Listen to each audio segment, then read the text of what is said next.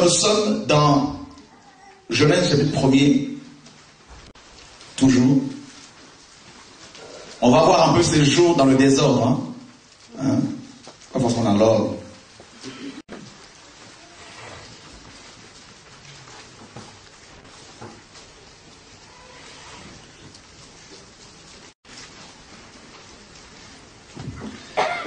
Nous sommes au chapitre 9, le 3e jour.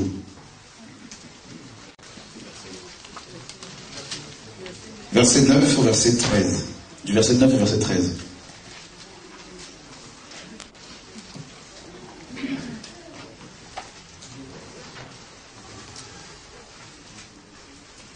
Quelqu'un peut-il me faire la lecture de ce passage? Ouais, Dieu dit que les eaux qui sont au-dessus du ciel se rassemblent en un seul lieu, et que le sec paraisse, et cela fut ainsi.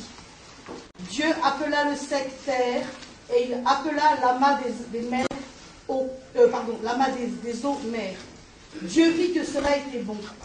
Puis Dieu dit que la terre produise de la verdure, de l'herbe portant de la semence, des arbres fruitiers donnant du fruit selon leur espèce, et ayant en eux leur semence sur la terre. Et cela fut ainsi. La terre produisit de la verdure, de l'herbe portant de la semence selon son espèce, et des arbres donnant du fruit, et ayant en eux leur semence selon leur espèce. Dieu vit que cela était bon. Ainsi, il y eut un soir, et il y eut un matin, ce fut le 3e jour. Ok, nous sommes dans la révélation du 3e jour de la création. Hier, on a vu le 1er jour. Aujourd'hui, c'est le 3e jour de la création. Qu'est-ce que Dieu a prévu? Qu'est-ce que le 3e jour de la création nous enseigne-t-il? Parce qu'on a vu que les 7 jours de la création sont les 7 prophéties capitales qui annoncent, n'est-ce pas, d'avance, tout le plan de Dieu. Tout. Et on nous dit ici qu'au 3e jour de la création, d'accord, Dieu, au verset 11, puis Dieu dit à Mar, que la terre produise de la verdure et de l'herbe portant de la semence. En fait, ici, je vous pose la question, qu'est-ce que Dieu va planter? Qu'est-ce qu'il va planter ici? Est-ce qu'il va planter une graine, un grain? Il plante la parole. D'accord? Il va planter il va semer la parole. D'accord?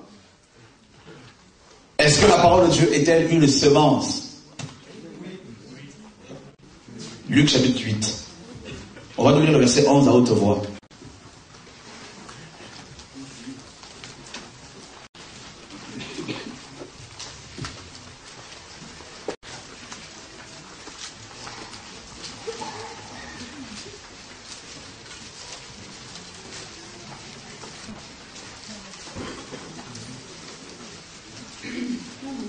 On peut y aller, Anne? Voici ce que signifie cette parabole. La semence, c'est la parole de Dieu. Ok. Donc on voit que la parole de Dieu est une semence. Donc Dieu dit, cette parole qui est sortie, c'était une semence. Dieu dit, la terre était là, mais il n'y avait aucun arbre, aucune plante. Et Dieu ne va pas d'abord créer les graines, tout ça, les grains, pouvoir les semer et attendre, mais il va planter la parole. D'accord? Qu'est-ce que cela peut nous enseigner? Nous sommes dans Jean chapitre 12, le verset 24. Quelqu'un pourra nous le lire à haute voix. La seule graine que Dieu a plantée se trouve dans Jean 12, 12, 24.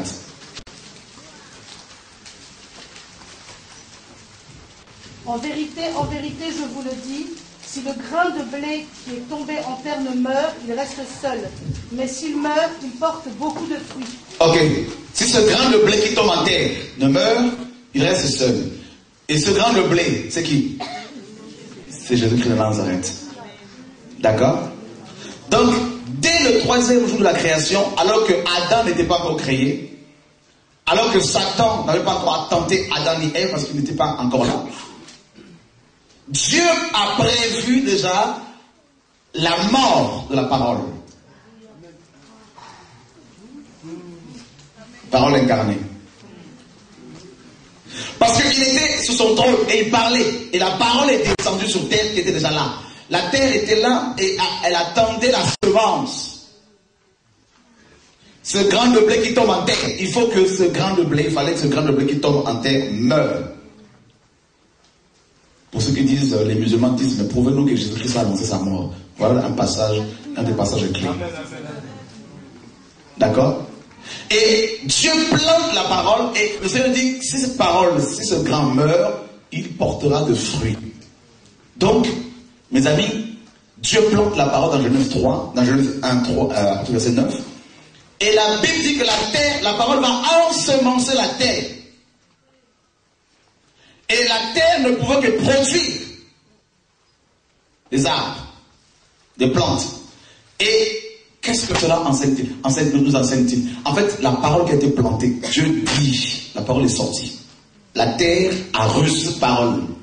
D'accord? C'est la mort de Joshua.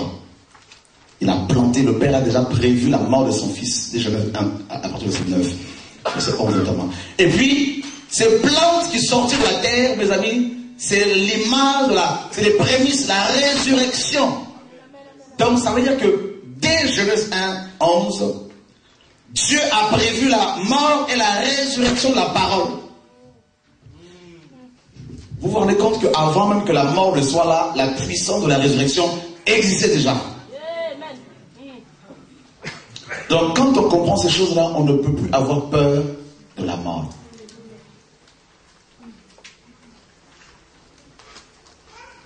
Amen. Dieu n'a pas planté un homme, il n'a pas planté une femme, il n'a pas planté une graine, il a planté sa propre parole. Il a parlé à la terre et la terre a reçu cette parole-là. Il y a eu une connexion entre la parole et la terre. Voilà pourquoi il fallait que Christ, maintenant, au temps marqué, s'incarne et vienne et qu'on le tue et qu'on l'enterre. Mais comme dans Genèse 1, il y a eu la floraison, il y a eu, n'est-ce pas, les plantes ont germé. Voilà pourquoi un des noms de Joshua, c'est le germe.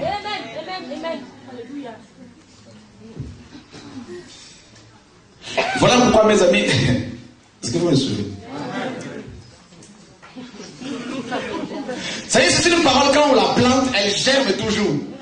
Même si tu la refuses, si elle rentre dans ton cœur là, tu vas partir comme ça, tu peux insulter Shora.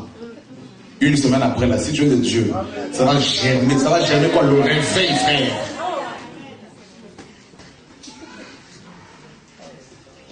Est-ce que vous savez que nous sommes comparés à des plantes? Jean dit dans Luc 3, et dans Matthieu 3 également, il dit toute plante que n'a pas plantée Dieu sera déracinée. Et dans Jean 15, nous sommes comparés à des sarments, des branches. Et nous sommes appelés à porter des fruits. Voilà pourquoi la Bible dit que celui qui porte des fruits, Dieu, le Père va l'aimer. Il a dit. Parce que tu reçois la parole, automatiquement tout ce qui est mort en toi ressuscite. Voilà pourquoi pour qu'il y ait un véritable réveil, il faut qu'il y ait la semence de la parole. Il faut bien planter la parole. Et dans la parabole de 4 terrains, là justement dans Luc 8, mes amis, il y a 4 terrains et il y en a un seul qui était fertile pour recevoir la parole. Et parce que cette terre était fertile, elle a reçu la parole a germé, la parole a d'abord, il y a eu la mort d'abord, et puis par la suite, cette parole a germé. Et on nous parle de 3 types de fruits, 30, 60 et 100 dans la progression. C'est le réveil, c'est la résurrection, mes amis. Donc avant même que Satan n'amène la mort, parce que la mort est rentrée par Adam à cause de Satan qui l'a tenté, Dieu a prévu, mais avant, mes amis, avant un problème, avant qu'un problème n'arrive, Dieu prévoit déjà la solution. C'est ça la puissance de Dieu que nous servons, mes amis. Avant la mort, il y a déjà la solution de la mort. Donc voilà pourquoi le Seigneur dit celui qui meurt, vit. Celui qui croit en moi vivra même s'il meurt. Vous voyez, il te fait comprendre que la résurrection existe avant la mort. Alléluia. Et c'était au 3e jour de la création, en plus de ça, dans Genèse 1. Et Christ est ressuscité le troisième jour. Ça y est que la parole qui a été plantée le troisième jour, mes amis, la terre a produit. Le premier jour de la création, la terre n'a pas produit. Il n'y avait pas la résurrection. Le deuxième jour, notamment, il n'y avait rien. Dieu a préparé la terre, tout ça, pour pouvoir recevoir la parole et pouvoir que cette parole ça ressuscite. Voilà. Donc, n'ayez plus peur de la mort. Votre frère que voici n'a plus peur de la mort. C'est une grâce. Si on est enfant de Dieu. Et puis quand on se face à la mort, on prie au nom de Jésus. Si c'est sa volonté, la personne ressuscite. Vous vous rendez compte?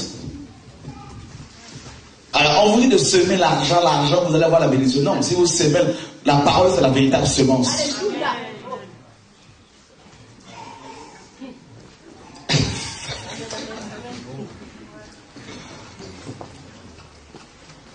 Donc, vous voyez le chiffre 3 à chaque fois dans la Bible, la résurrection, Jonas dans le ventre du poisson, troisième jour, 3 jours, 3 nuits, le Seigneur lui-même, tout ça. Mes amis, Dieu est un Dieu tellement glorieux. Il a tout prévu. Et il faut comprendre également, toi tu es tiré de la poussière, de la terre. Donc pour qu'il y ait résurrection dans ta vie, il faut recevoir la semence. Si tu reçois une autre semence, il n'y aura pas la résurrection. Même les dons que tu as reçus, il n'y aura plus rien, don naturel ou spirituel, il n'y aura rien. Il faut la parole. Quand le Seigneur nous a révélé cette parole il y a quelques années, par rapport au retour de la parole, les gens pouvaient se moquer, tout ça. Mais regardez, on a persévéré, malgré les combats. Et regardez les fruits maintenant. La puissance que la parole a, la puissance de la résurrection. La parole que tu as entre tes mains, mes amis, contient la puissance de la résurrection.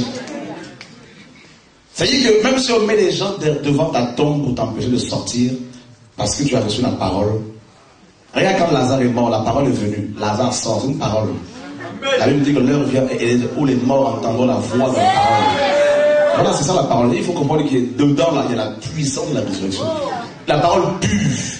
Tout ce qui est mort, tout ce qui est cassé, tout ce qui est machin, tout ça, là, ça repousse. Voilà pourquoi nous croyons que les jambes amputées vont de plus en plus pousser. Nous le croyons dans ce réveil. Nous croyons que les yeux qui sont complètement... C'est des gens qui n'ont plus d'yeux. Nous croyons que ça va pousser parce que la parole a la puissance de la création, mes amis. Il y a la puissance, dans la parole que tu as, il y a la puissance de la création. Et maintenant, quand la création est abîmée, il y a la deuxième puissance, celle de la résurrection. Ça, c'est la récupération. Vous comprenez les choses, vous comprenez un peu. Dieu savait que la terre allait être frappée par Satan. D'abord, il y avait la puissance de la création. La terre était propre, elle était nickel. Satan tombe, la terre était abîmée. Dieu vient, il recrée encore, il corrige encore, il répare encore la terre. La puissance de la création. Maintenant, il prévoit au troisième jour de la création la puissance de la résurrection. Parce qu'il savait que la terre, mes amis, serait de nouveau maudite à cause de l'homme. Voilà pourquoi quand Adam a chuté, Dieu dit la terre sera maudite à cause de toi. Mais comme au troisième jour, la semence était déjà plantée, voilà pourquoi le Messie est arrivé, mes amis, et qu'il a été planté comme une parole, mes amis, et 3 jours après, et il est sorti. Et on nous dit qu'il est les prémices de ceux qui croient. Donc ça veut dire qu'un chrétien qui comprend la puissance de la création et la puissance de la résurrection, dès le premier jour, le troisième jour de la création, il n'a plus peur, il ne peut avoir peur de la mort. Et bizarrement, le christianisme est basé sur la résurrection de nos jours. Paul disait que Christ n'est pas ressuscité, nous sommes donc les plus malheureux de tous les hommes. Donc ça veut dire que l'Église doit expérimenter la puissance que Dieu a libérée au troisième jour de la création. La parole qui réveille, qui ressuscite les choses, mes amis. Alors vous prêchez le sermon, un évangile qui endort les gens, un évangile qui caresse les démons, un évangile où les démons ne se manifestent pas. C'est quoi cet évangile?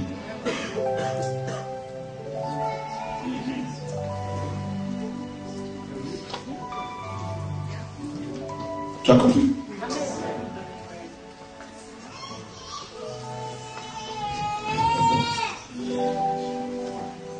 Voilà pourquoi les morts spirituels, quand ils entendent la parole, vous savez, il y a 2 puissances dans la parole. La puissance de la création.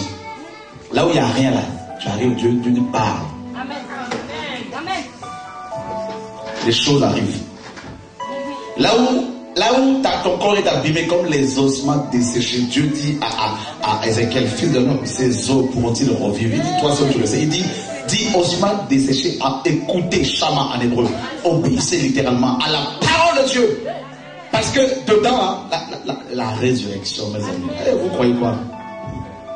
Dieu a tout prévu. Donc Satan ne voit que du feu.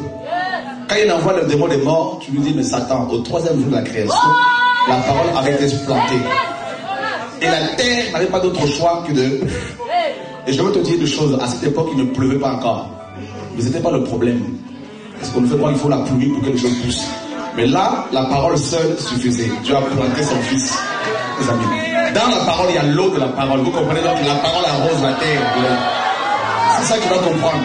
C'est le 3e jour de la création, c'est le sang de la résurrection. Dieu a prévu déjà que, mes amis, il faut le savoir. Voilà pourquoi il y a l'une de 7 fêtes en Israël, c'était le fait des prémices. C'est la résurrection.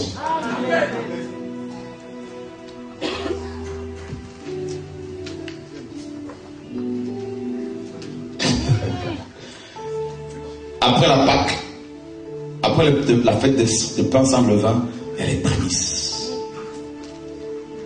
Et on remonte à cette fête remonte justement à Genèse 1, au 3e jour de la création. Dieu a prévu, c'est le jour de la résurrection. La mort et la résurrection. Amen. Comment ne pas croire en ce Dieu?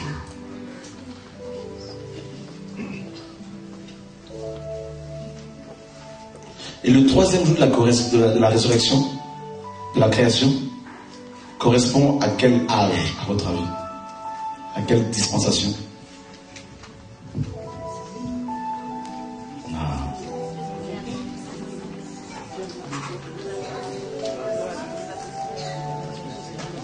Oui, mais il ne faut pas voir les choses comme ça non plus. Les choses sont dans les préfigurations. Ce qu'on appelle la typologie, c'est les images, les choses qui sont annoncées d'avance.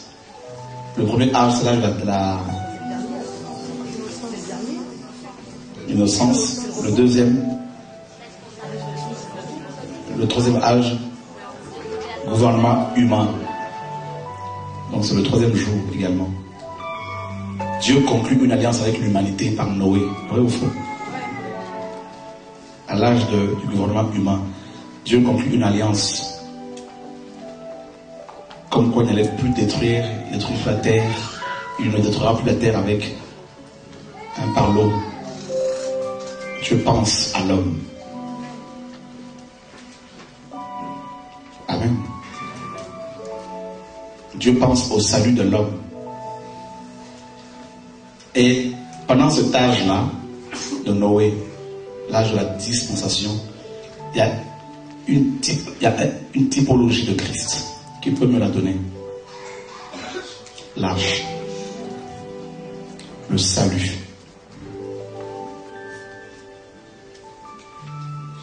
Sans la résurrection de Christ, il n'y a pas le salut. Si Christ n'était pas ressuscité, qui serait sauvé ici? Personne.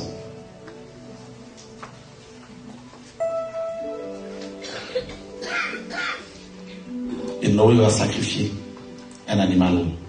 Et Dieu sent une bonne odeur. Est-ce que le sacrifice de Christ n'était pas un sacrifice de bonne odeur qui a réjoui le cœur du Père, qui a calmé sa colère? Une préfiguration. Quand Dieu t'ouvre les yeux pour comprendre les profondeurs de la sagesse de ce Créateur, on peut plus vous n'allez plus vous combattre le diable, les démons, les sorciers, tout ça. Vous rentrez dans une autre dimension de l'intimité avec le fait de la foi.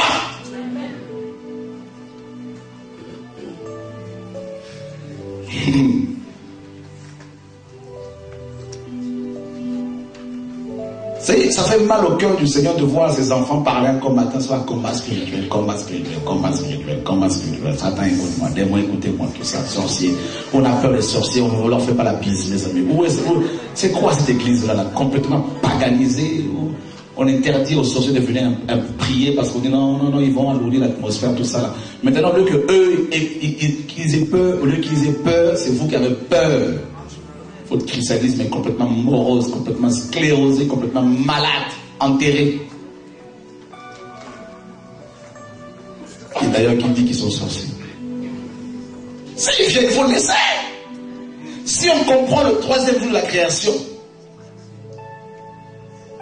Alors, on est là, suspicion. Où sont les sorciers ici à Savigny? Où sont les sorciers ici à Amassi? Où sont-ils? C'est une parenthèse. C'est là, il ne faut pas l'approcher, il faut pas lui faire la bise. Mais mes amis, comment voulez-vous qu'ils se convertissent? C'est vous qui avez un problème.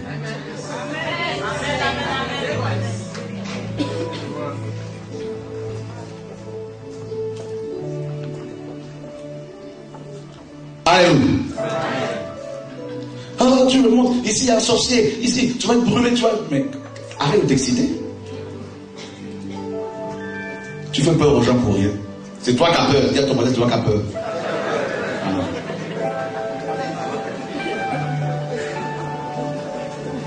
Alléluia. Voilà, on ferme la parenthèse.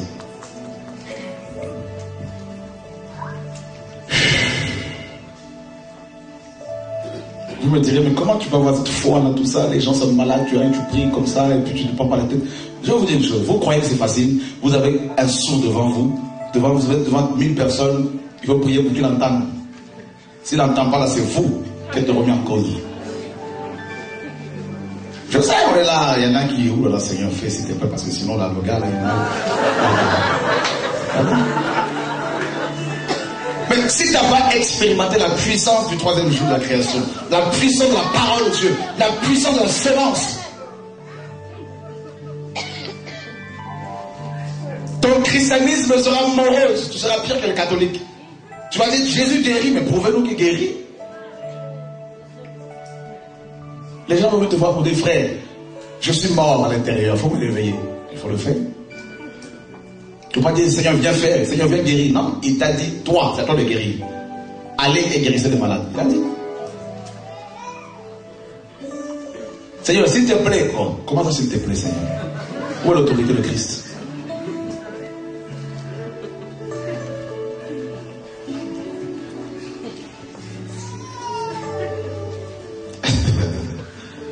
Parce qu'on n'a pas expérimenté la puissance, très peu, de la résurrection. Je suis fou hein, avec le Seigneur, je suis comme un fou. Si ça ne marche pas, je ferme la Bible. Si je ne vois pas ta gloire, arrête. C'est toi qui m'as appelé, c'est toi qui m'as créé. Qui ici a demandé à être créé? Qui a demandé à servir le Seigneur? Il y en a qui servent le Seigneur par eux-mêmes. Mais si tu es un vrai appelé, il faut que tu attestes qu'il t'a appelé. Voilà. Il faut expérimenter la puissance de la résurrection. Regarde, l'ennemi le plus grand de l'homme, c'est quoi? Je ne dirais pas c'est qui, mais c'est quoi? C'est la mort. On nous dit que le dernier ennemi qui sera vaincu, c'est la mort. L'ennemi le plus redoutable de l'homme, c'est qui? C'est quoi? C'est la mort. Vrai ou faux? Ok, Dieu le savait. Vous comprenez? Voilà pourquoi il a prévu, avant que la mort ne soit manifeste, il a prévu la résurrection. Pour que tu aies confiance en lui, que tu ne trembles pas face à la mort. Même quand tu as affaire à quelqu'un qui est mort, là, il ne faut pas trembler. Tu peux être riche, grand, petit, pauvre, beau, belle, mais face à la mort, fini. Oh non, on était avec hier. Oh non, mais c'est parti. Crise cardiaque, c'est fini. C'est passé. Dieu sait. Il savait d'avance qu'on aurait cet ennemi-là. Il savait d'avance qu'il allait crier Adam, que par Adam la mort rentrait, parce que la mort était déjà là. C'est un démon, la mort. Il savait. Alors pour que tu aies foi en lui, il a prévu la résurrection pour ne pas que tu trembles face à la mort. Mais si tu n'es pas révélé, tu vas dire non, c'est la mort qui a existé avant. Parce que celui qui a existé avant est plus grand. Or, c'est la puissance de la résurrection dans la parole qui a existé avant. Alors Dieu te dit, voilà, tu vois dans Genèse 1, la résurrection est déjà là. La terre a produit. Tu es de la terre, non? Tu as produit. Ça va sortir. Alors quand la mort est venue, il dit non, mais ne pleure pas. Abraham avait compris cela. Quand Dieu lui dira, sacrifie-moi ton fils. Alors qu'avant Abraham, il n'y avait aucun témoignage de quelqu'un qui était mort et ressuscité. Il n'y avait pas de résurrection avant. Mais il a cru que ce Dieu était capable de réveiller les morts. Que même si son fils mourait, Dieu allait le réveiller.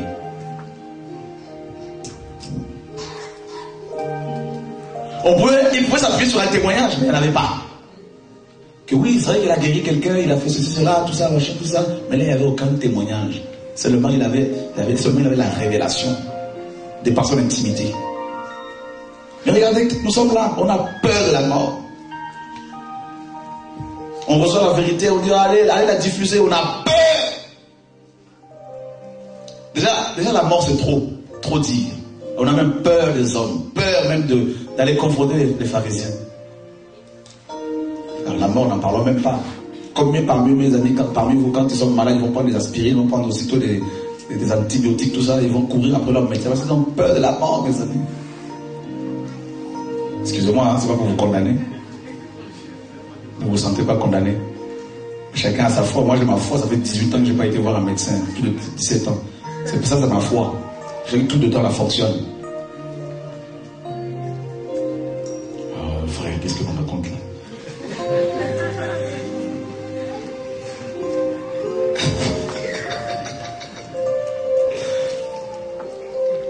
Tout dépend de toi. Dieu tout accompli. On a vu les 7 jours déjà là. Tout dépend de toi. C'est vrai. Les gens disent, mais comment il ne se fatigue pas, tout ça. Chacun a son intimité. Chacun, Dieu agit avec toi de la manière dont tu le conçois. Il y a l'appel et aussi ta manière de concevoir le Seigneur. On est humain, il faut se reposer. Mais il faut comprendre que, parce que la révélation nous manque. Je vois des frères et sœurs qui viennent me voir. Non, mais moi, on ne me dit pas bonjour parce qu'on pense que je suis sorcier. Je dis, mais c'est parce que ces anciens n'ont pas reçu la révélation. De qui est Dieu, de la puissance de la création, de la résurrection. Ce sont des sorciers qui viennent me voir pour dire, frère, prie pour moi, je suis sorcier. Voilà. Je vous dis la vérité, je ne vais pas dire leur nom. Ils viennent au bureau, frère, je suis, tel que tu me vois là, je vole la nuit. Je dis, viens, assis-toi là.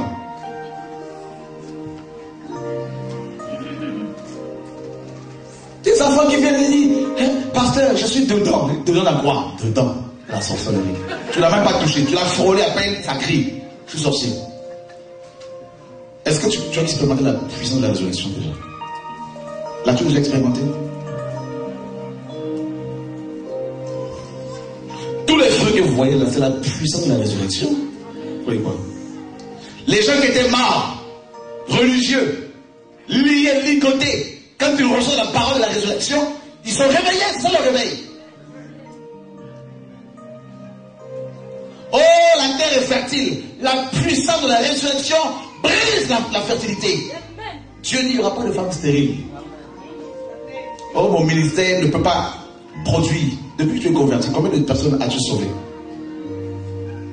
Ce soir-là, Dieu va te rétablir. L'église de France est complètement morte parce que les gens ils produisent pas, on ne produit pas. On vit notre christianisme, vous savez, c'est égoïste.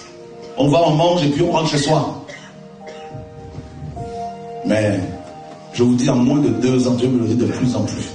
La puissance de la résurrection qui va se manifester de plus en plus, je vous dis. Il y en a, ils vont monter seulement dans les métros, les trains. Ça a déjà commencé. L'onction va commencer à tomber sur vous. Là. Vous allez commencer à prophétiser, à parler en langue. On va dire, mais qu'est-ce qui se passe? Ça va embraser, je vois le feu, c'est un fleuve de feu. Ça va embraser toute l'Europe. Toute l'Europe. Des choses qui étaient cassées dans les gens, les chrétiens religieux vont recevoir ce vent nouveau, ils vont vivre le réveil bien comme il faut, mes amis. Ce n'est plus le temps des bâtiments, là, c'est fini. Ne me mettez plus dans un bâtiment. Dieu, la prochaine réunion, là, je ne sais pas, mes amis, cet été-là, il y a des parcs ici, on prend le tente. Et maintenant, là, que les handicapés, les membres cassés, là, mes amis, je crois au nom de Jésus, ça a déjà commencé. Il faut qu'en France, il faut que les gens sachent. Maintenant que nous sommes dans une époque où il y a des maladies incurables, mes amis, grippe, à tout ce que vous voulez, mais à côté, Dieu a prévu le 3e jour.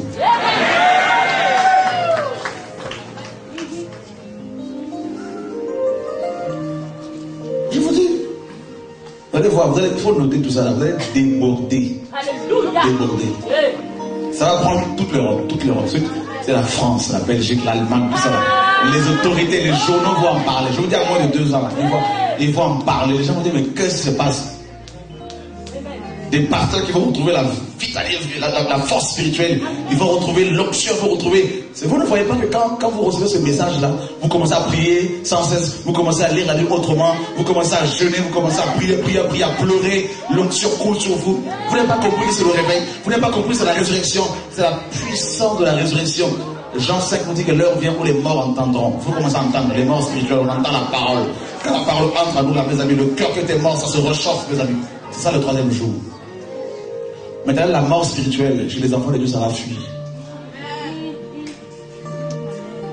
Voilà pourquoi Paul pouvait dire non, mais je suis pressé de mourir parce que je sais que mon corps. Il dit, si je puis parvenir à la résurrection, il connaissait la puissance de la résurrection. Ce qui amène le réveil. Le réveil, c'est quoi? C'est quand les hommes morts, les gens morts sont réveillés. Vous voulez les réveiller avec quel message, avec quel esprit, avec quelle parole?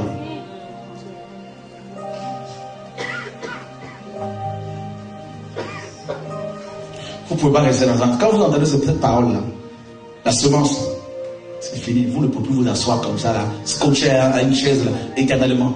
C'est vous-même. Voilà pourquoi les anciens qui sont avec moi, ils doivent se préparer. Parce que s'ils ne sont pas à la page, ce sont les frères et sœurs qui vont les réveiller. Mais je vous dis, moi je fais ma part, chacun doit faire sa part. Parce que le feu va venir d'en bas. Le réveil. Alléluia.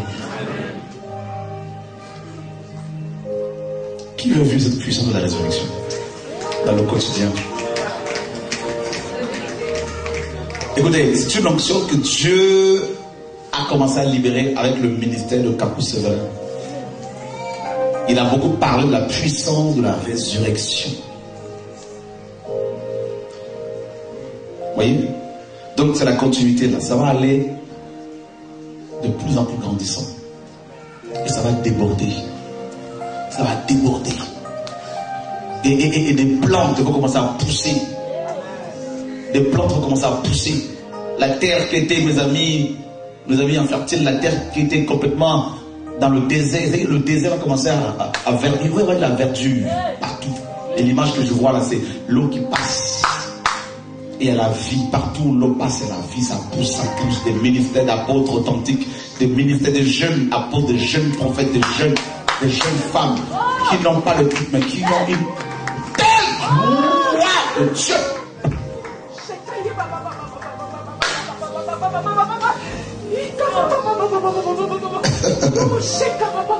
Vous croyez que c'est de la rigolade ici, mes amis? Nous sommes dans le troisième jour.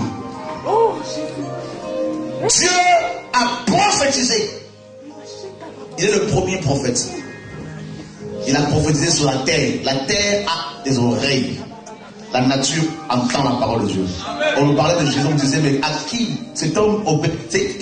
Les apôtres disaient, mais qui est celui-ci à qui obéissent même le vent et l'eau? C'est-à-dire, la création a, n'est-ce pas, des oreilles.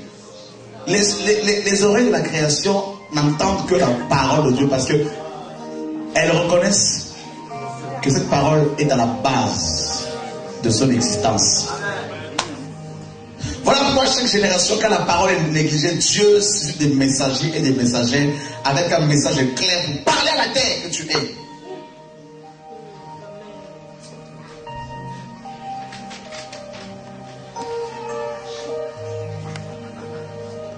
La terre a été créée pour produire toutes sortes de plantes, les manguiers, les avocatiers. Vous voyez, tu as été créé pour produire. Voilà pourquoi dans ton ministère, tout ce qui est mort à cause de la religion, à cause du péché, si tu aimes Dieu, tu vas vivre le troisième jour. Cette parole que tu reçois depuis quelques temps, depuis quelques mois, ça produit les fruits dignes d'apôtres, de prophètes, de docteurs. Et tu n'as pas besoin de titres. C'est ce que tu vas porter comme fruit que les gens vont reconnaître quel arbre que tu es. Et dans Matthieu 7, le Seigneur dit, on reconnaît l'arbre à son fruit. Mais c'est toi l'arbre, justement. Et ta racine, la racine est sous le sol. la terre. Et la terre doit recevoir l'eau. L'eau, c'est la parole. Voilà pourquoi il faut que tu sois arrosé. Voilà pourquoi dans Psaume 23, il dit, l'Éternel est mon berger, je ne manquerai de rien. Il me fait marcher près des eaux paisibles, mes amis. Et la Bible dit dans Psaume 1, celui qui craint l'Éternel est comme, mes amis, cette plante qui est plantée près d'un courant d'eau. Et cette plante, cet arbre porte de fruits dans toutes les saisons, mes amis. Quelle que soit la sécheresse, quel que soit l'été, l'hiver, tes fruits, mes amis, seront toujours là. Parce que tu reçois la semence de la résurrection. Quand les gens disent que la parole a disparu, mais dans ton ministère, la parole sera toujours là.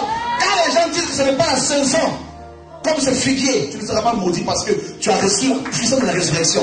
Voilà pourquoi le troisième jour de la création, c'est le sang. Il y a un arbre, l'arbre de vie, dont parle l'Apocalypse, mes amis, 21, 22. La Bible nous dit que cet arbre-là, mes amis, alléluia, est sur les deux bords du fleuve. Cet arbre-là enjambe le fleuve, ce fleuve. Et cet arbre produit des fruits pendant les 12 mois de l'année. Parce que l'eau est là, la résurrection, la puissance de la résurrection. Il dit au pasteur, vous n'avez pas de fruits, il faut recevoir la parole du troisième jour.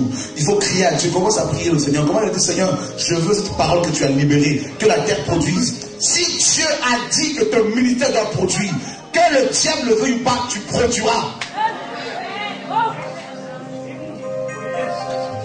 Le problème, c'est la parole.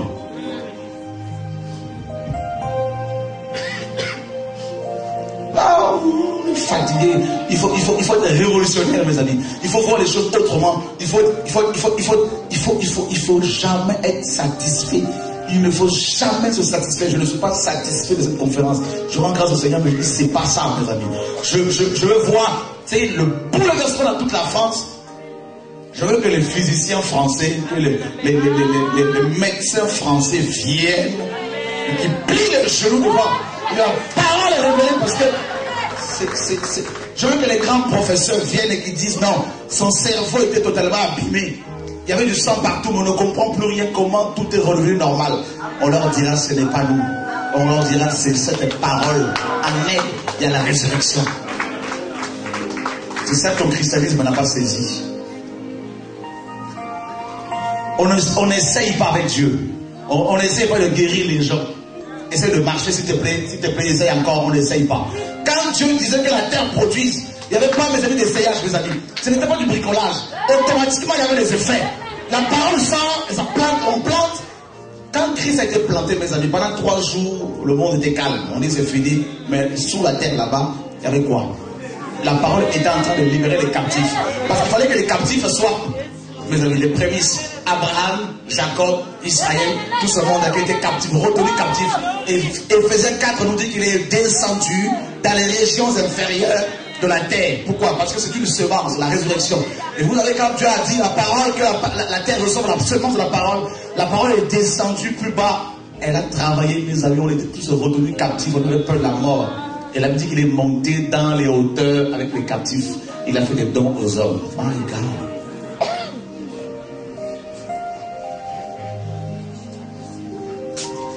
Mohamed est descendu, il est retenu captif. Parce qu'il n'est pas la semence. Maintenant, quand tu reçois la semence de Christ, la puissance de la résurrection, ça c'est la première parabole, Luc 8. Et la deuxième parabole, celle du blé et de l'ivraie. Là maintenant, toi qui as reçu la parole, tu deviens une semence. Ça veut dire que même si on te persécute, même si on t'enterre, mes amis,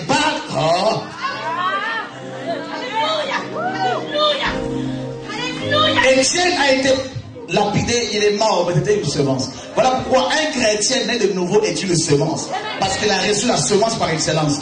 On peut t'enterrer, mais par contre, il y aura 10 000 Sora, 40 000 Sora. On a enterré le maître. Quand il est sorti avec beaucoup de chrétiens. Blanc, noir, jaune, arabe, tout ça, là, mes amis. Et il a dit, vous allez faire plus que moi. C'est ça la réalité du troisième jour de la création. La semence, la puissance de la résurrection. Voilà pourquoi il faut acclamer les sorciers quand ils viennent, c'est bon pour nous. Parce qu'ils nous rendent service. Votre bénédiction bénédiction est là, vous la chassez. Dieu vous donne l'occasion de pouvoir démontrer la puissance que vous avez. Vous commencez à avoir peur aussi, là, mes amis. C'est comme quelqu'un qui a un bazooka, tout ça. Oh, mes amis, c'est l'occasion de pouvoir tirer.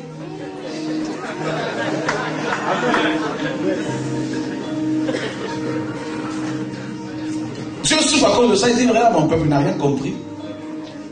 La cible est là, toi tu fuis la cible. Il dit aussi, va-t'en. On est trop gentil avec les cibles, mes amis. L'amour, c'est quand ils viennent comme ça, l'amour. Là, c'est une bonne âme. Bah, c'est fini. Le soldat va pas te dire, mais c'est pas possible. Ces chrétiens-là, ils sont bizarres.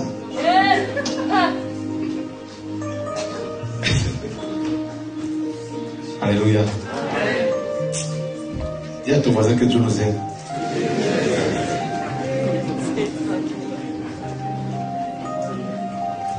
Nous, quand on vit la résurrection dans cet arbre, on est fiers, on devient orgueilleux. Parce qu'on a vu un seul fruit. On dit, moi, le manguier qui est sorti là, c'est bon, parce qu'il y a 1000 mangues, c'est bon ça. Mais Dieu a prévu non seulement un manguier, mais un avocatier, mes amis. Pas seulement un avocatier, mes amis, plein d'arbres. Voilà pourquoi il ne faut jamais être satisfait. Je vois des pasteurs qui ont seulement 100 membres, on ne peut plus leur parler, bishop, archibishop, mes amis, c'est pas possible.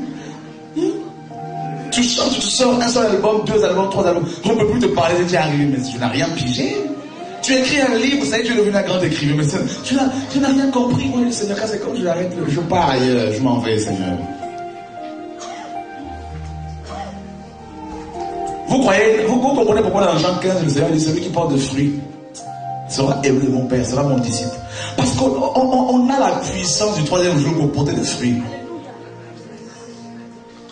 L'humilité, l'amour, la simplicité, la crainte de Dieu, la sanctification, et puis par la suite, les œuvres qui prouvent que tu es de Dieu, les œuvres que tu dois produire. Nous voulons produire seulement dans nos bâtiments, prouver que nous sommes capables. Le jour où nous aurons le micro, je vais démontrer.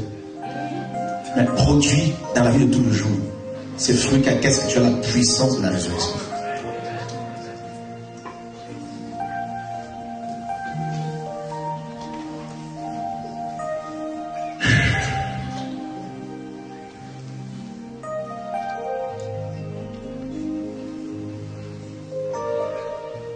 Vous ne voyez pas que Dieu est tellement grand. Cette même terre qui va être maudite par la suite. Dieu dit, ça te produira des ronces, des épines. Ah oui, mes amis, les païens. Mais si tu reçois cette terre-là, elle peut te purifier par la parole. Bien qu'elle a été maudite et qu'elle est devenue la nourriture du serpent. C'est toi et moi qui sommes la nourriture du serpent, la terre et la poussière. Mais tu peux recevoir la puissance de la résurrection. C'est possible. Combien de gens sont-ils captifs? Je vois ce réveil, mes amis, je suis dans la joie. Je parle avec des pasteurs maintenant qui disent, mais c'est bon, on va débarquer chez nous là-bas, on va répandre la parole. Des pasteurs qui appellent d'ici et là, je vois des frères et sœurs. Je me dis, mais Seigneur, mais il n'y a que toi qui peux faire ça. Vous voyez, ce n'est pas nous, c'est parce que Dieu nous a révélé cette parole. Il nous l'a confiée comme à des frères qui sont ici et là, qu'on ne connaît pas forcément dans le monde et qui vivent les mêmes choses. Regardez, en plein semaine, vous êtes là. Les gens sont debout, il y a une soif. Vous ne voyez pas qu'il y a quelque chose qui se passe, mes amis, depuis quelque temps, la parole qui produit la vie. La soif des jeunes qui viennent d'Allemagne, qui ne travaillent pas, qui payent leurs billets et qui... Écoute, sois interpellés par le Seigneur.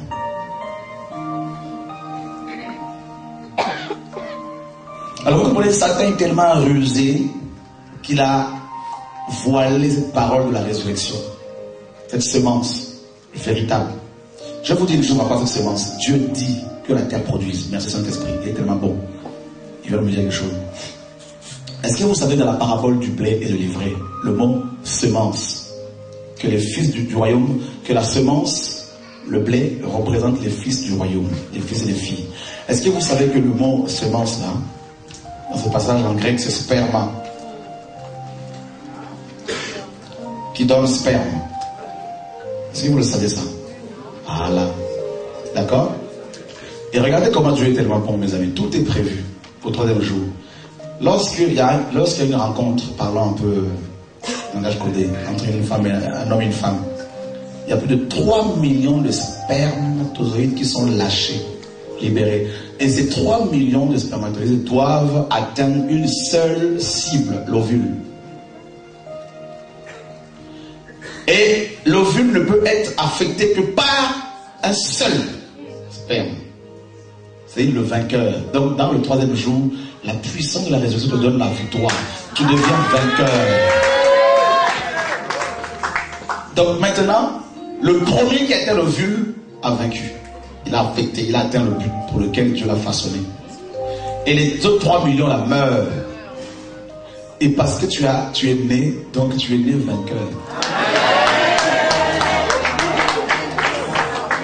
Donc ça veut dire en toi il y a les gènes naturels, n'est-ce pas, d'un vainqueur.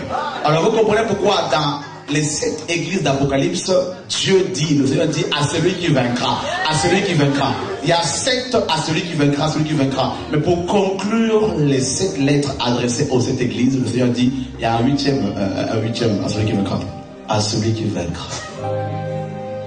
En plus des gènes naturels que tu as, que nous avons, il y a maintenant la parole. Quand tu la reçois dans sa simplicité, dans sa pureté, tu te laisses briser par cette parole, tu la laisses te nettoyer, tu redeviens enfant, tu sors de ta position, tu descends de ta position, tu acceptes Dieu, tu acceptes sa parole, sa volonté. Automatiquement tu vas commencer à produire d'abord la vie de Dieu. Ça c'est les premiers fruits, la nature de Christ, l'humilité, la sanctification, la haine du péché, la crainte de Dieu. Tu deviens obéissant, obéissante. Dieu façonne ta nature. Et par la suite, il y a les œuvres extérieures. Tu commences à toucher ton entourage. Les gens commencent à être attirés par ton ministère. Ils changent automatiquement de caractère. Ils changent de vie. Ils commencent à être affectés. Et voilà pourquoi beaucoup disent non, ils parlent comme je parle. C'est logique. Parce que, mes amis, quand on voyait Timothée, en fait, c'est pas l'esprit de la personne. Paul disait, imitez-moi. Et dans Colossiens, dans Philippiens 3, il dit, prenez frères modèles pour modèle ceux qui vous ont annoncé la parole. Et il dit, et imitez leur foi. N'est-ce pas? Il dit, imitez ceux qui marchent selon le modèle que vous avez en nous. C'est pas de l'orgueil. C'est tellement que Christ est en toi, tellement que ton cœur est façonné, changé par la parole de Dieu. Tu affectes, d'abord ton cœur est affecté, intérieurement tu es affecté, et extérieurement tu affectes les autres. Et tu deviens, tu vas commencer à entraîner des personnes qui vont complètement changer. Et tu les amènes non à toi, mais tu les amènes à l'ovule. Tu les amènes à l'ovule. C'est-à-dire la personne de Yoshua, la personne de Christ. Et quand tu atteins Christ, et quand Christ t'atteint, mes amis, tu rentres dedans, tu vas produire les fruits. Tu vas tomber enceinte, la vision de Dieu. Tu vas recevoir la semence. Qu'il pleuve, qu'il neige, il y a 9 mois de grossesse. Tu vas porter la vision. Et à l'intérieur de toi, Dieu te façonne. Il y a les nausées spirituelles. Il y a la fatigue, mes amis, physiques. Mais Dieu façonne dans l'intérieur. Quelle que soit la durée de la nuit et le jour, la résurrection finira par se manifester. Voilà pourquoi il faut que Dieu te tue d'abord pour pouvoir te ressusciter. Voilà pourquoi il te tue.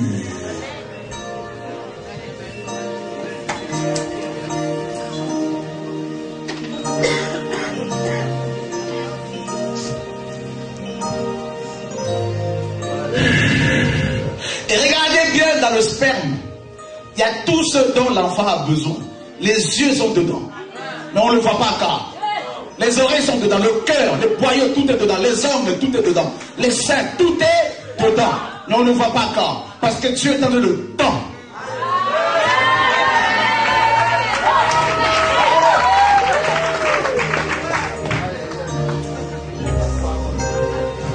Même si le sperme veut courir avant le temps, Dieu dans sa souveraineté a prévu les choses dans le temps. Et quand le temps arrive, ne le ratez pas non plus.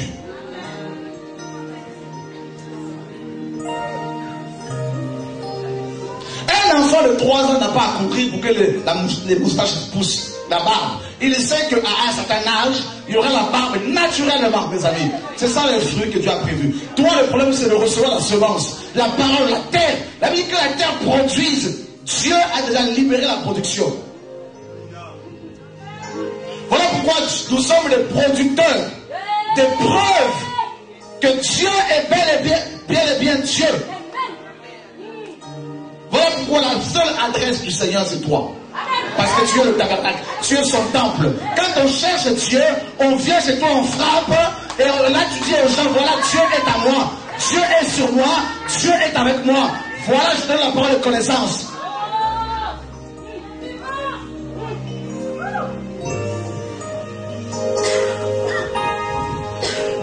Ta vision des choses va changer. Ton ministère va changer.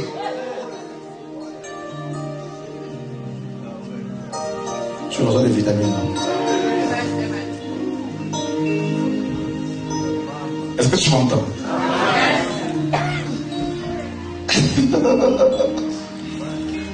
Mes amis, avant ta naissance, il y a eu une course avec 3 millions de coureurs.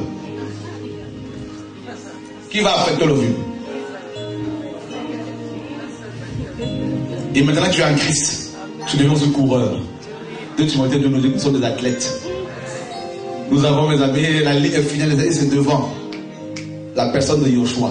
Et on ne s'arrête pas sur les victoires présentes. Quand on fait comme une échelle. À chaque fois qu'on monte, on dit c'est bien, mais il faut aller encore plus loin.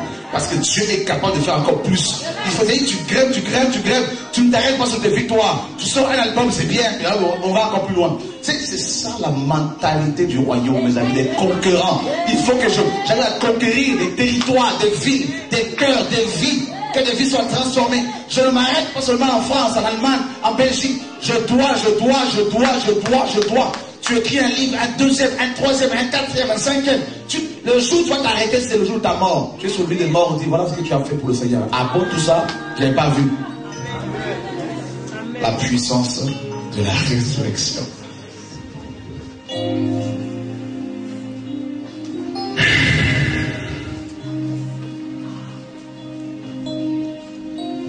Regarde, il y a une seule parole qui a été plantée, non? Mais la terre n'a produit pas. Différents les uns des autres. La diversité des ministères. Une seule parole. Il y a un seul esprit. Il n'y en a pas plusieurs. Cette diversité, mes amis, c'est ça la richesse du royaume, la puissance de Dieu. Les apôtres, les prophètes, les docteurs, les évangélistes, les noirs, les blancs, les jaunes, mes amis. Nous sommes tous dans un seul panier, mes amis. C'est ça la puissance. Nous sommes dépendants les uns des autres.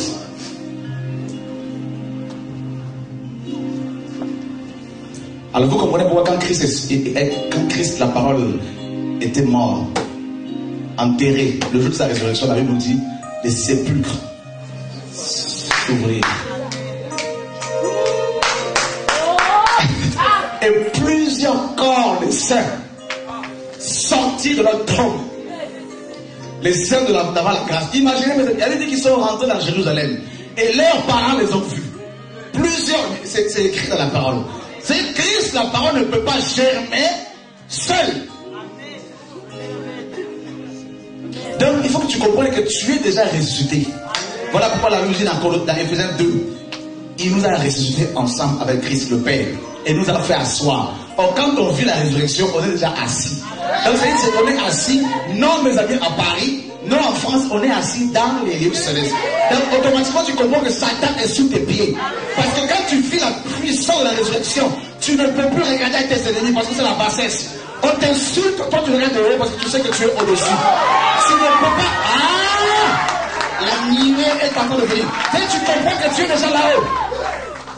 Mais ça veut dire quand un arbre pousse, date ton couronnement. Et Dieu dit.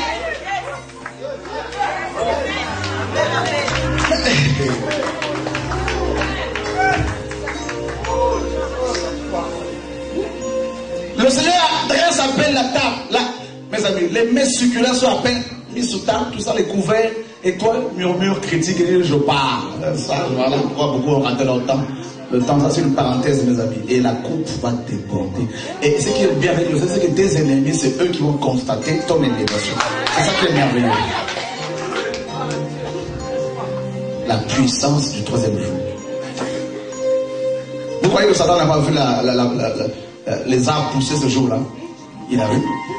Ah, le manguier sort. Mais il ne peut rien faire. Parce que la parole était en dessous. La parole. Quand la parole monte là, elle monte avec toi. Jésus n'est pas égoïste.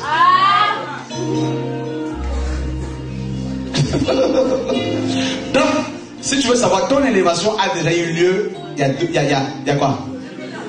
Non, à 2000, fait l'actualisation. au troisième jour.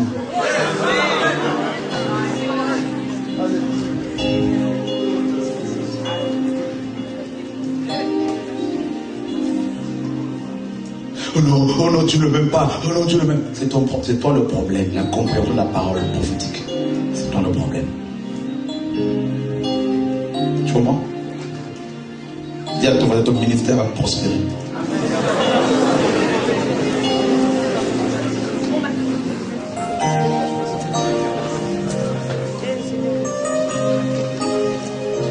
Regarde. Tu sais, le Seigneur, avant de planter la parole, il a préparé la terre, vrai ou faux? Donc c'est toi la terre, il te prépare. Il est en train, mes amis, de te... Non, pas encore. Il laboure, il défriche. Et quand on laboure, on enlève les clous, on enlève les petites choses. Pleure encore, tiens, pleure encore.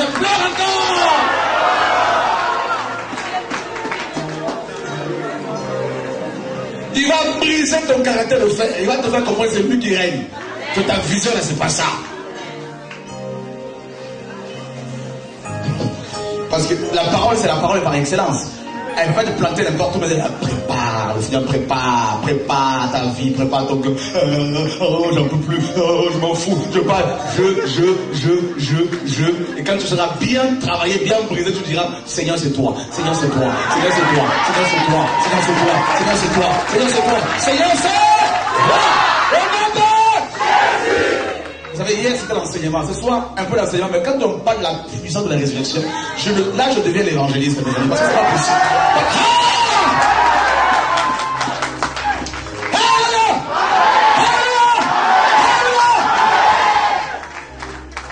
Lorsque la semence fut plantée à la mort de Joshua, la Bible dit qu'il y a eu un tremblement de My God! Paul et Silas en prison dans Acte 16, ils chantaient l'onction de la résurrection, la puissance de la résurrection est descendue, frère. Il y a eu un tremblement de terre. Pose la question, pourquoi un tremblement de terre? C'est le vomissement de la terre.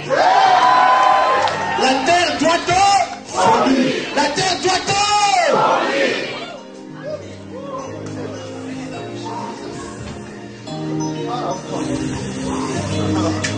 Oh,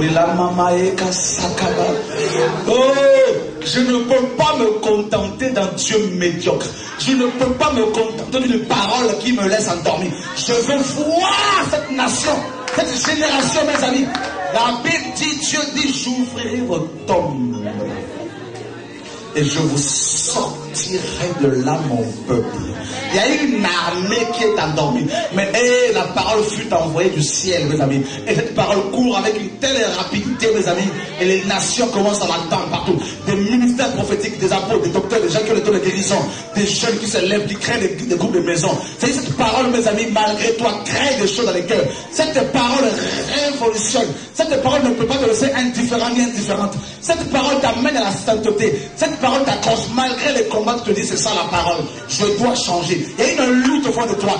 Dieu travaille ta mentalité. Dieu travaille ta vision des choses. Dieu travaille ton cœur. Et quelles que soient les difficultés, ton cœur est déjà affecté par la parole. Quelles que soient les difficultés, ton cœur est déjà contaminé. Ton cœur est déjà ensemencé. Il y a une... quand la parole est plantée, elle doit travailler. Voilà pourquoi elle travaille au fond. Je crois qu'avant de frôler, non, elle rentre à l'intérieur. Amen.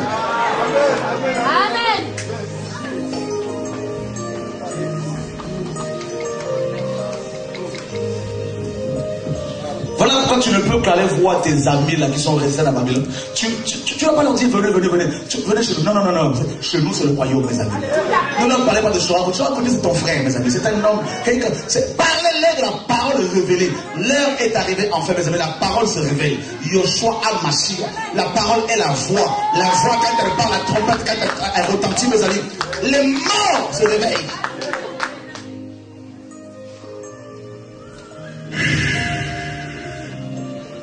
J'aime la révolution.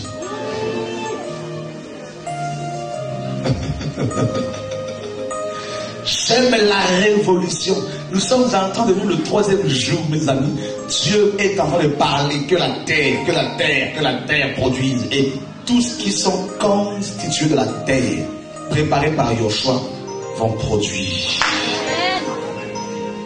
Tu vas te rendre compte que tu prêches à un médecin, le médecin se met à pleurer. Tu dis, mais c'est pas possible.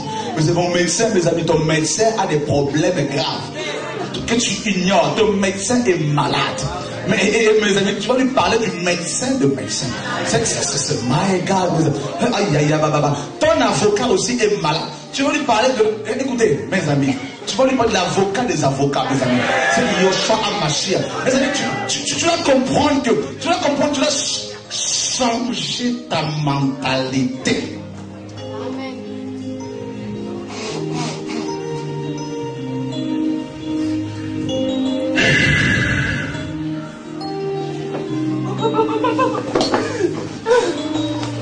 C'est fini pour elle, c'est parti. Dis à comment c'est parti. Ah là, c'est parti. C'est pas du cinoche. Cette parole est tellement intense en toi, tout est chamboulé. C'est comme un volcan. Tu dis, mais qu'est-ce qui m'arrive là? Qu'est-ce qui m'arrive? Je ne peux plus me taire. Il y a le feu comme Jérémie. C'est bon, c'est parti. C'est parti. Tu es affecté. Tu es affecté. Voilà pourquoi il y en a, les gens ne peuvent plus le tenir. Là, c'est parti. Tu vois que les gens commencent à... Tiens, c'est ça la parole. Regarde. Il y a une gloire qui arrive. Regarde. C'est parti. Regarde, c'est parti. La nuée est là, c'est parti. Regarde. C'est parti. C'est... Oh! La puissance de la parole. Le réveil qui arrive, frère. Le réveil de Dieu est là. Il y en a qui reçoivent la joie, qui avaient perdu la joie, regardez la joie. Alléluia. C'est magnifique. Oh my God.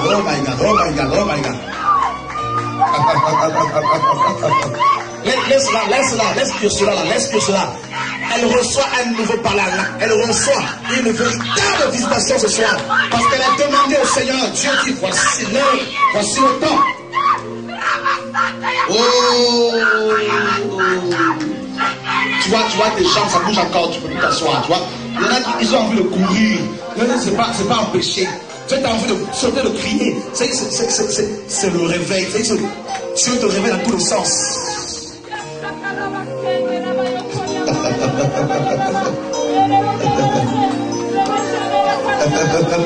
Tu vois, toi tu penses que tu vas contenir cela. Tu ne peux pas contenir cela. Tu vois quoi là? C'est le bouleversement, c'est la révolution, c'est le chamboulement. Tout est chamboulé en toi. Ta vision est chamboulée. Si tu as l'impression que tu n'as plus de béquilles, que tu ne sais plus où aller, c'est bon. Si tu ne sais plus où te diriger, ça vient, c'est bon. Amène-le-moi. Ce jeune homme-là, amène-le-moi. Amène-le-moi, viens. C'est bon. Les amis, il faut m'aider, Serge. Il faut m'aider. Vous savez comment on travaille ici, frère. Oh. À chaque fois, je dois crier après vous pour venir, pour courir, mes amis. Il faut se réveiller. Vous voyez, le réveil de Dieu, la nuée de Dieu est là, c'est toi. Dieu est en train de parler, que ta vie produise. Tu vois? Tu crois que Dieu peut t'amener là où il y a une telle présence pour te tuer? Non, il tue ta vision. Il tue ta vision de choses. Il te ramène à la mort. Tu dois laisser Dieu te tuer ce soir. Tu dois laisser Dieu tuer tout ce qui n'est pas de lui en toi. Toute ta vision de choses, ton passé, Dieu va tout chambouler. Et si tu acceptes cela, et tu vas voir la gloire qui va t'accompagner. Parce que tu ne peux expérimenter la puissance de la résurrection sans avoir connu la mort. Sans avoir connu la mort. Oh, il faut que tu sentes mauvais pour que Dieu vienne avec le parfum de la résurrection. Dieu te dit, donne-moi ton ministère auquel tu as accroché. Donne-moi ta vision de choses de pasteur. Donne-moi cette vision de choses. Voici la gloire de Dieu sur toi, jeune fille. Voici l'onction divine. Voici la puissance de la résurrection. Dieu dit, ton ministère va avoir un impact sur les vies, sur la jeunesse.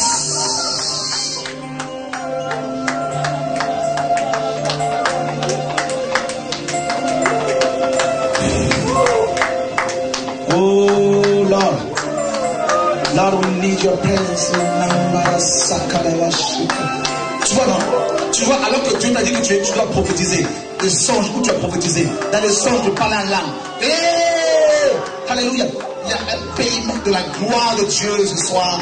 Dieu atteste à ton esprit que c'est le temps. Dieu atteste à ton esprit que la gloire t'accompagnera.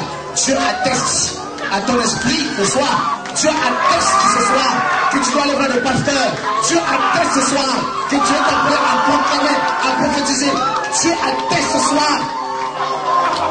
Le réveil est là sur toi. Et vous les jeunes, voici la main de Dieu sur vous. Voici la gloire de Dieu sur toi. Voici l'onction divine. Voici le manteau de vie. Voici le temps du réveil, le temps de la moisson. Et que Dieu pose sa main sur toi. Ce soir, tu expérimentes la puissance de la guérison, la puissance du réveil. Dieu dit c'est le réveil sur toi.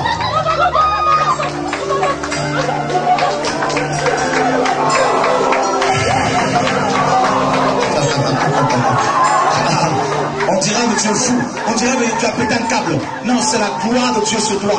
Dans les trains, tu ne peux plus te taire. C'est fini, mon amant. C'est fini, c'est fini, c'est fini, c'est fini. Jeune homme, c'est fini, c'est fini. C'est fini, tu ne peux plus te... Tu crois que tu vas contenir Dieu. Tu crois que tu vas gérer Dieu. Tu crois que tu vas contrôler Dieu. Tu ne peux pas le contrôler. Ta religion t'a appris à contrôler Dieu. Tu ne peux pas le contrôler, jeune homme. Tu ne peux pas le contrôler, jeune homme. Voici l'onction sur toi. Oh!